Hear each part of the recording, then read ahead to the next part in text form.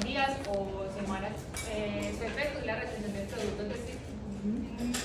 productos nitrogenados o otros desechos que eliminan normalmente los riñones. Es un deterioro brusco en la función renal que tiene como incapacidad de desechar los productos nitrogenados, mantener el control hidroeléctrico y ácido básico que ocurre en horas o días. Bueno, fisiológicamente, en determinadas situaciones clínicas en las que la perfusión se encuentra comprometida, existirán medidas por reacciones, existirán respuestas fisiológicas alteradas por reacciones hormonales o estímulos nerviosos simpáticos que condicionarán la disminución del flujo de orina, la eliminación de sodio y cloro y por los riñones. Sin embargo, esta orina encontrará más concentrada en solutos de desecho como es la urea, la creatinina, el fosfato y el amonio. Estas sustancias tienen que ser necesariamente desechadas o eliminadas por medio de la orina, ya que si se acumulan en la sangre puede ser altamente tóxico para nosotros, y esto es lo que, digamos, de esta manera define si un paciente tiene daño renal o no. Entonces, también se da por lo que presentará una osmolaridad relativamente elevada en la relación con la plasmática. ¿Qué lo define? ¿Qué define la lesión renal aguda? Profe, esto lo define, pásalo por.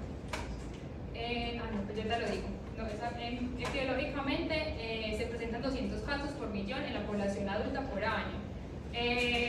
Aproximadamente del 5 al 20% de los servicios hospitalarios se complica. Presenta el 30% de los se presenta el 30% de los pacientes que ingresan a UCI y es más frecuente en personas mayores de 60 años. También entre el 20 y 60% de las personas que tienen enfermedad renal aguda llegan a necesitar una diálisis. ¿Qué es la diálisis? Está la peritoneal o está la convencional, que es la hemodiálisis. Bueno, entre signos y síntomas vamos a encontrar que el paciente puede presentar disminución del volumen de orina excretado, pero en algunos pacientes esto no se presenta, puede mantenerse estable. El paciente va a presentar acumulación de retención de líquido, se le van a hinchar normalmente los pies, las piernas y los tobillos. El paciente va a manifestar fatiga, falta de aire, desorientación, náuseas, debilidad, el ritmo cardíaco puede ser irregular o una presión o dolor en el pecho. En algunos casos puede presentar convulsiones o puede llegar a un coma. ¿Y por qué se llega a convulsiones o coma? Profe, el coma lo leí que puede ser por cuando el amonio se altera demasiado, o el fosfato. En algunos casos el paciente se eleva tanto los niveles de esos desechos en la sangre que puede alterar el sistema nervioso. ¿Especialmente de cuál? Creo que ese es el amonio. La urea, encefalopatía urémica.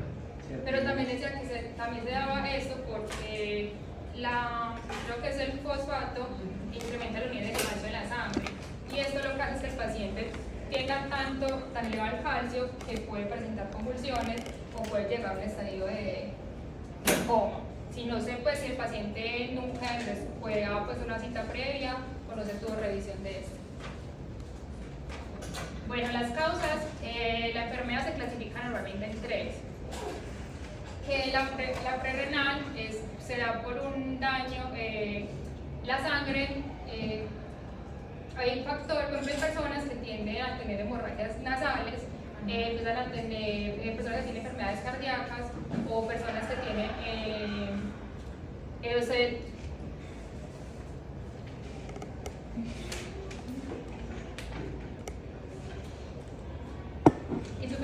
insuficiencia hepática o algunos medicamentos como aspirinas o el abuso excesivo de aire. Esta puede ser una causa de la prerrenal. Está la intrínseca, que puede ser por personas que tienen cáncer, entonces debido a la quimioterapia puede afectarle la función de los riñones. Eso también se da por un daño que es el síndrome urémico hemolítico, que es un daño en los vasos pequeños de los riñones. Ellos se obstruyen y debido a esa obstrucción pues no se filtra bien, o esos son los que filtran, normalmente ayudan a afectar los riñones. No, pues esa sangre a lo que es un coágulo y pues daña el funcionamiento renal de los riñones.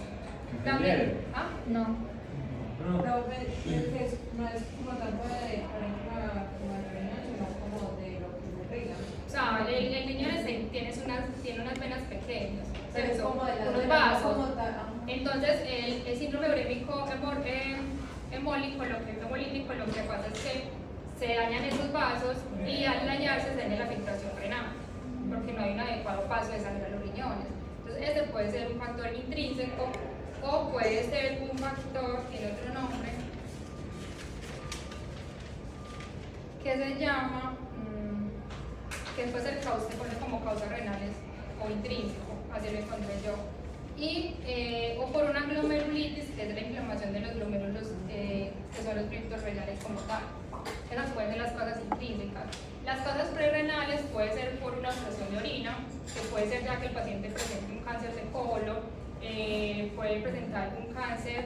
Eso no es prerrenal, Ay, pero casi lo encontré yo. postrenal. Obstrucción, eso, postrenal, qué pena. Que es obstrucción de orina, que puede ser que un paciente presente otra patología que le afecte la función o que le impida al paciente que orine normalmente. Entonces, en la enfermedad renal aguda, pues se clasifican esas tres y el paciente puede tener una de esas tres. ¿Puede seguir, por favor? Pero yo creo que no.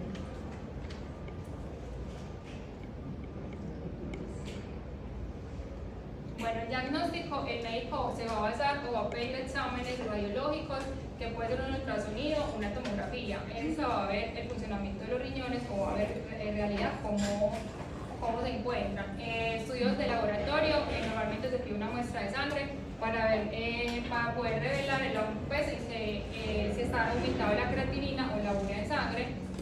Análisis de orina, se va a hacer una muestra que puede mostrar las anomalías que presenta el paciente que sugiera insuficiencia renal, o un control de volumen de excreción de orina, que es una muestra de orina durante 24 horas que el paciente va a tomar en la casa, y esto va a ayudar a determinar la causa de la insuficiencia renal aguda. En algunos casos el médico también va a pedir un estudio de una biopsia. Bueno, ese es como el buen estándar para clasificar o diagnosticar a un paciente con enfermedad renal aguda, que es la escala Ripley y la escala API. Esas dos escalas son dos sistemas para clasificar la enfermedad renal aguda, se basan en tres clases, que es riesgo, lesión o falla, y dos clases que dan como resultado pérdida funcional o cuando ya el paciente tiene una enfermedad renal terminal. La escala AKI es como, tiene mayor especificidad y tiene mejor sensibilidad a la hora del pronóstico.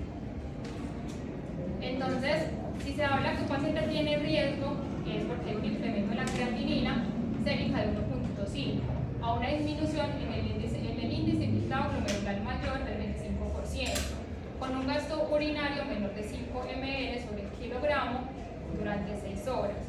Si se habla de una lesión como tal, es un incremento de la creatinina sérica 2 veces el valor basal o una disminución en el índice de la filtración glomerular mayor a 50%, con un gasto urinario de 5 ml sobre kilogramo por 12 horas. Y si se habla de falla, es que hay un incremento 3 veces el valor basal de creatinina sérica o una disminución de más del 70% en el índice de filtración glomerular. O se puede observar una creatinina sérica mayor a 4 miligramos sobre decilitro con un gasto urinario menor de 13 ml sobre kilogramo. Esto se va a medir por 24 horas o una nula de 12 horas.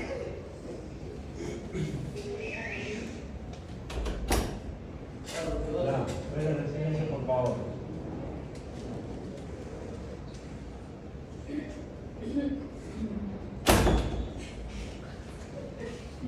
Los niños de allí son niños de esta universidad. Bueno, y se decía que esta clasificación también puede ser usada para clasificar la enfermedad renal aguda crónica agudizada. Entonces, ese es como, se me pasa la foto. Entonces faltan estas dos. Entonces, cuando en la escala Ripley se adicionan estas dos, que ellas lo que diagnostican es un paciente que tiene pérdida como tal, o sea que ya la falla renal puede pasar a crónica, que es cuando se considera falla renal aguda persistente por más de 4 semanas, o cuando el paciente le diagnostican con una enfermedad renal terminal. ¿Qué que esta se diagnostica cuando es sostenida por más de 3 meses. Entonces, los 3 primeros criterios son criterios que tienen una alta sensibilidad y los últimos 2 que tienen una alta especificidad. La escala parece así, esta es la escala ACI. Entonces, la diferencia en estas dos, la RIFLE y la ACI, es que, por ejemplo, en la RIFLE nos hablan de si el paciente está en estado terminal o tiene pues una pérdida como tal.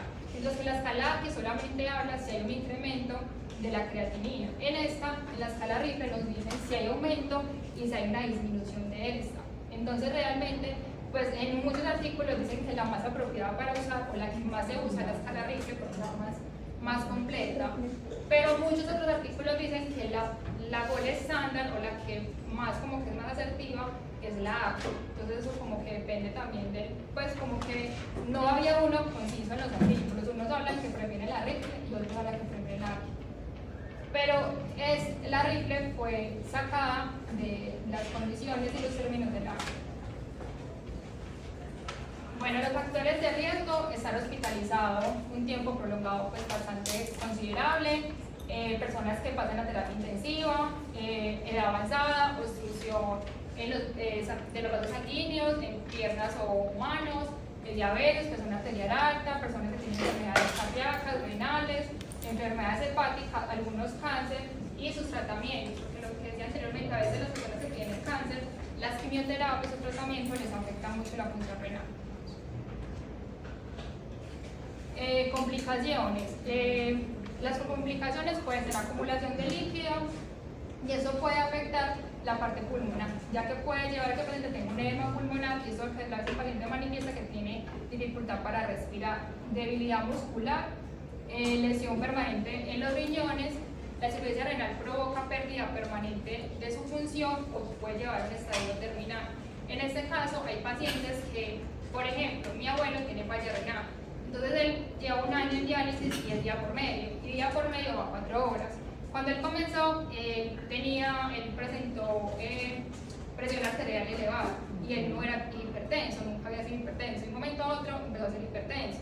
Cuando comenzó la diálisis, él hace la hemodiálisis, empezó a mejorar la presión arterial. Entonces la presión arterial a veces va muy de la mano con la falla renal.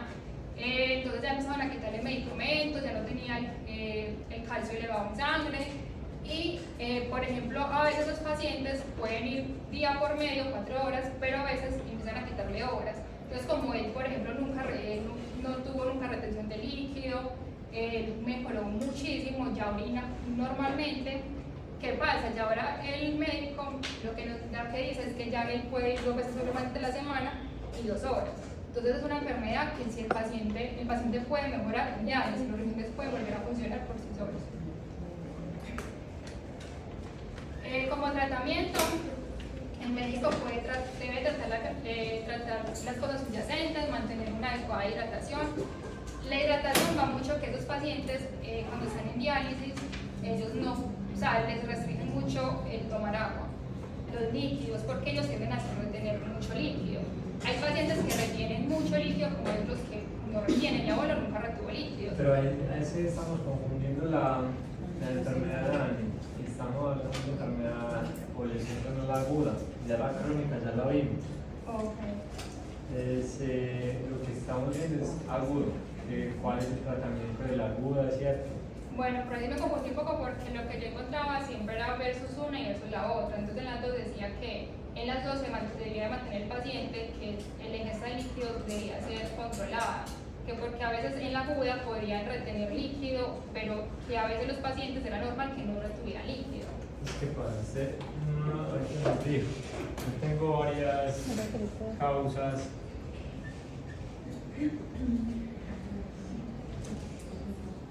Tengo un riñón y ese riñón tiene unos vasos. Ese vaso se llama una arteria aferente que lleva la sangre acá para que sea filtrada los productos de desecho y que acá caiga la orina y caiga por los túbulos, ¿cierto?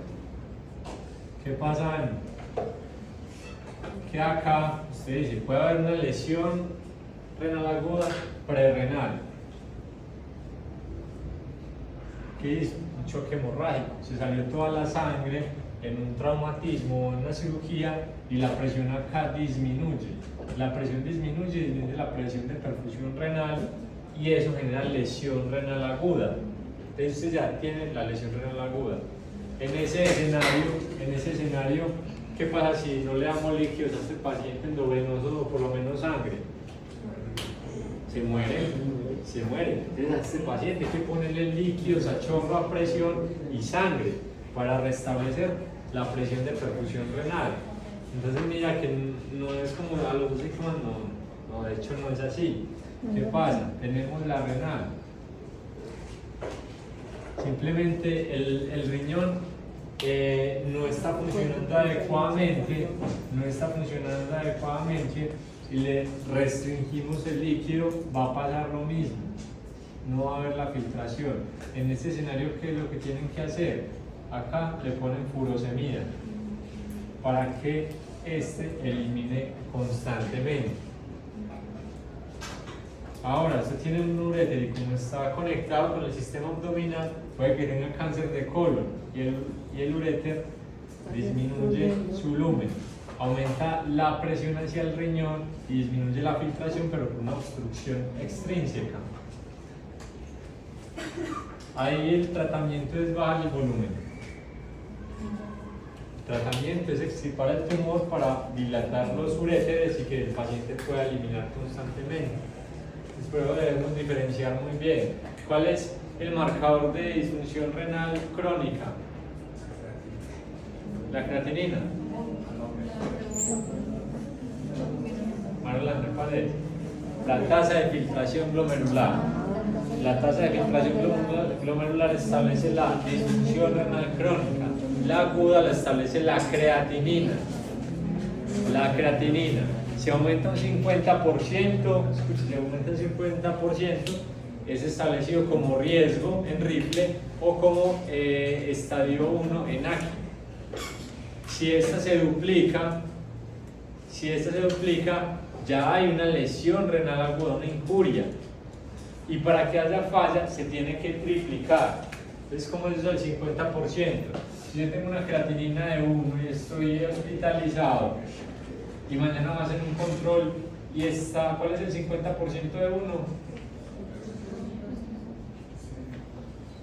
Si le suma 0.5 a 1, eso da 1.5 y si al día siguiente me hacen un control está 1.5, yo tengo un riesgo de desarrollar lesión renal, tengo el riesgo. Si no, si a mí me hicieron el control y eso se duplicó, ¿qué es duplicar el 1? Ponerle un 2, ¿cierto?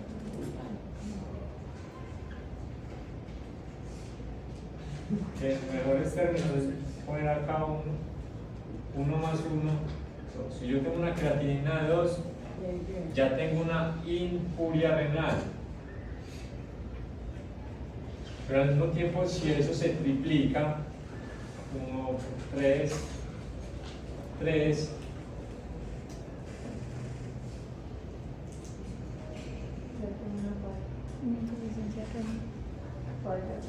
tengo una falla renal aguda.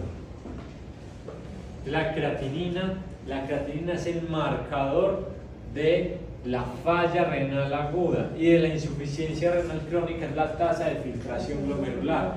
Ahí no vimos la TNF, ¿cierto? Solamente vimos lo que ustedes vieron que se llamaba mililitro, kilogramo, hora. ¿Cómo se llama eso, Dani?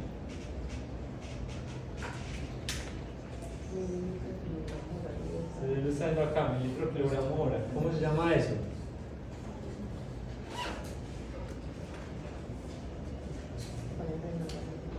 Se llama gasto urinario. El gasto urinario es la cantidad de orina que produce una persona en mililitros acorde a su peso por cada hora.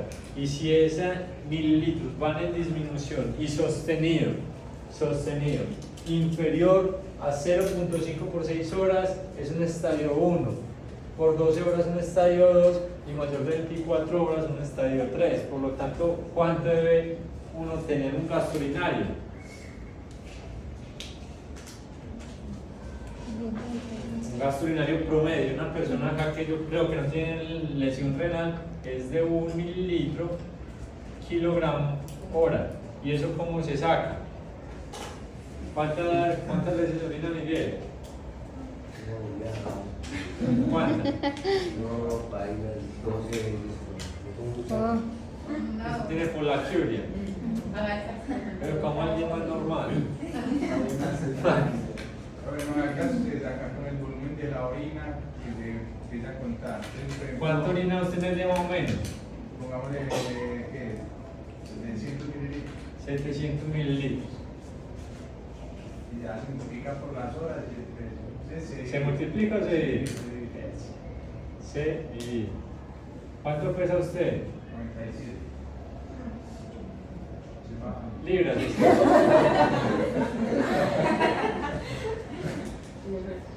Es muy simple, es una fórmula básica que les va a servir a ustedes para evaluar al paciente en hospitalización. Usted le dice cuánto ha eliminado y le dice, me sacaron un tarrito de 700 mililitros. ¿Y cuánto pesa usted? 97 kilogramos, lo divido por 97 y lo divido en 12 horas, que es medio día, no es un día completo. Por lo tanto es 0.6, ¿cierto? ¿Y está mayor de 0.5 no? Sí, está mayor de 0.5.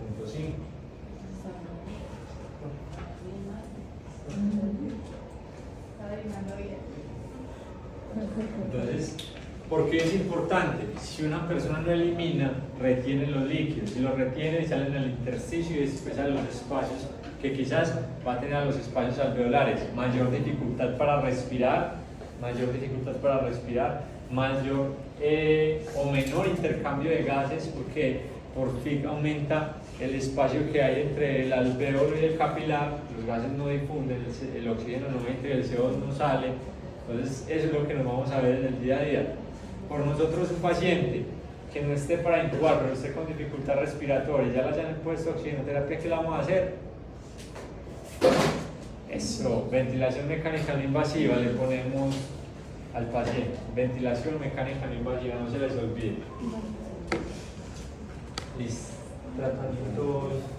Bueno, el tratamiento de la ira se centra en la eliminación de toxinas o la anomalía hemodinámica causal. Entonces, un tratamiento diálisis de reemplazo de la función renal puede ser el paciente lo ponen a veces, pues si el paciente es apto para diálisis peritoneal, pues se le aconsejan que la haga peritoneal, ya que es en la casa, tiene mayor comodidad y pues se la puede hacer alguna persona en la casa o la hemodiálisis convencional. Entonces, por ejemplo, esta es la diálisis peritoneal. Entonces el paciente en el hospital pues le introducen una sonda, se la dejan fija, entonces en la casa ya le explican cómo es, pues cómo se la debería hacer y en qué días y cuántas horas. Las ventajas son la técnica básica, el paciente puede tener flexibilidad horaria, o sea, no tiene que estar yendo a la clínica constantemente, que es lo que pasa con la otra. Y la desventaja de esta es que tiene mayor riesgo de sufrir una peritonitis y delimita pues las horas, pues es como más, por ser en la casa a veces como que es más recurrente porque tenga que hacer la diálisis peritoneal. La otra es la diálisis, la hemodiálisis. El paciente va a estar conectado a una máquina, pues como 4 horas. Antes de estar conectado a la máquina, a veces ellos el diagnóstico lo hacen cuando están hospitalizados, entonces les ponen como un catéter en esta parte de acá. Y mientras se la pasan por esta zona, van a estar conectados igual a la máquina, ya les hacen como una intervención que le ponen una fístula en la vena. No podemos confundir lo crónico Eso va a lo crónico. de lo agudo. No le van a un paciente hospitalizado con una enfermedad renal aguda que esté para dializar, no le van a hacer diálisis peritoneal, no le van a hacer cirugía, le van a poner una solución dializante como está acá, no, eso no se ve. Y tampoco, mucho menos, un paciente con una lesión renal aguda le van a hacer una fístula arteriovenosa para dializarlo, no. Le cogen un vaso de gran calibre, lo dializan y si vuelve a orinar, se lo quitan y lo arranca a orinar solo. Y si quedó con falla renal, ¿cierto? Y pérdida renal, le dejan el catéter tunelizado, lo mandan para la casa y después le hacen la fístula, porque la fístula tarda tiempo en madurar, no es algo de un día para otro, es algo de mucho tiempo. Ya, y no nos confundamos con eso. ¿Listo?